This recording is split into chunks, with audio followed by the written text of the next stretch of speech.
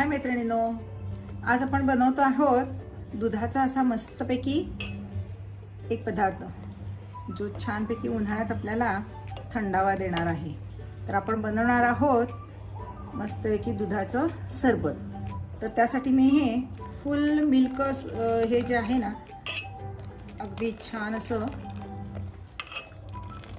Creamy असं मी घेतलेलं आहे आणि ते 5 मिनिटं फक्त गरम करायला ठेवलेलं आहे। आपल्याला हे आटवायचं नाही आहे, हे बघा 5 मिनिटं पुरेसं होतं। आणि आपल्याला त्याच्यात आपल्या चवीनुसार साखर ॲड करायची। मी तर फक्त 1 चमचा साखर ॲड केलेली आहे, पोह्याचा 1 चमचा। आता दूध हे आपलं छान झालेलं आहे। 5 मिनिटं आपण लो फ्लेमवर ठेवलेलं आहे, हाय फ्लेम आपल्याला करायची नाही आहे। आता दूध आपलं छान झालेलं आहे गरम। तर आता आपण काय करायचं आहे चला दाखवूया। आता हे बघा मी इथं घेतलेली आहे व्हॅनिला कस्टर्ड पावडर। तर इथं मी ही 2 चमचे घेतलेली आहे। तर आपल्याला ती काय करायची आहे, थोड्याशा नॉर्मल दुधामध्ये आपल्याला ती विरघळून घ्यायची, डिसॉल्व करून घ्यायची आहे, मिक्स करून घ्यायची। बघू शकता छानपैकी गरम दुधात करायची नाही आहे, कारण काय होईल गरम दुधात जर केली तर कदाचित ते गाठी होऊ शकतात। तर अशीच आपल्याला नॉर्मल दुधातच ती करून घ्यायची। बघा ती लगेच विरघळली की नाही। आता ही आपल्याला विरघळलेली ही आपली कस्टर्ड पावडर आपल्या उकळत्या दुधामध्ये घालायची आहे।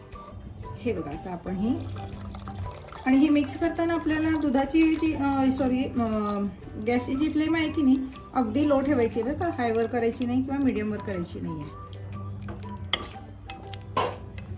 आणि आपल्याला हे छान असं हलवत राहायचं आहे, 1 मिनिट हलवायचं आहे।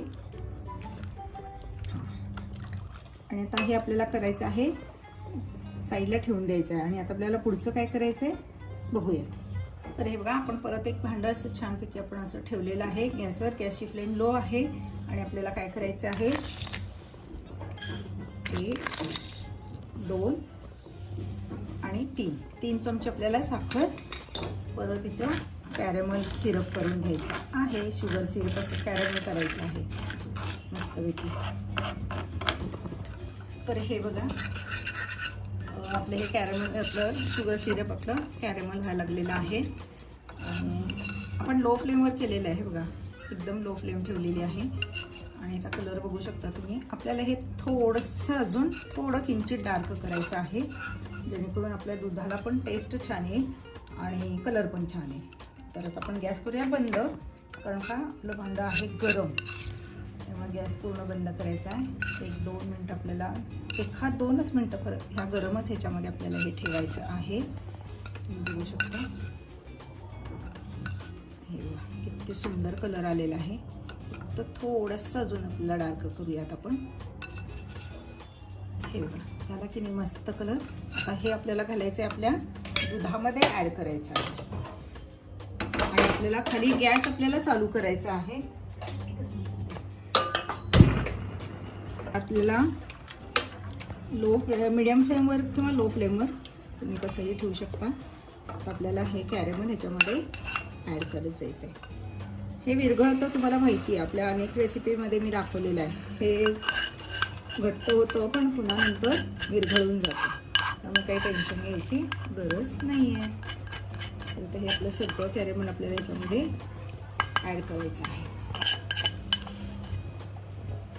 आणि आपल्याला हे दूध आहे हे कॅरेमल सगळं वितळेपर्यंत फक्त आपल्याला हे 2 मिनटं फक्त आपल्याला हे बघा हे जे कॅरेमल आहे हे सगळं विरघळेपर्यंत फक्त आपल्याला दूध आपल्याला आता गरम करायचं आहे। आणि हे सगळं कॅरेमल विरघळलं की आपल्याला टेस्ट बघायची आहे गोडाची।